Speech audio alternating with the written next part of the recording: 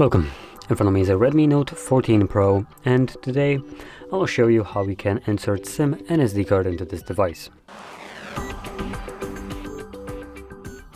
Before you get started, you will need to grab a SIM eject tool, which will come provided with the device in the box, but if you can't find it, you could use a paperclip, clean one of the ends, and it should work just as well.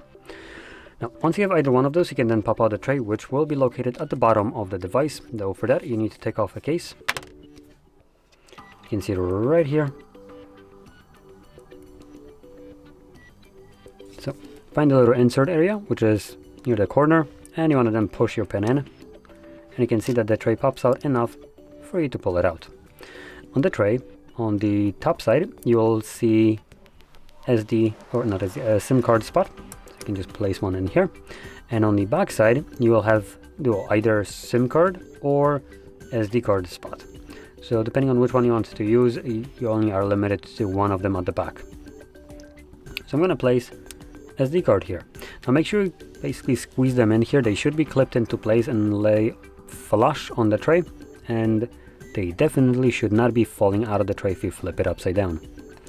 Then pop it back into your device, and these cards should start working right away. Hence it's prompting me to already insert my SIM card pin. So that will unlock my SIM card, and we should also have notification about SD card. Oh, there we go. It's right here at the very top. So both of the cards are working, like I mentioned, without any additional steps needed.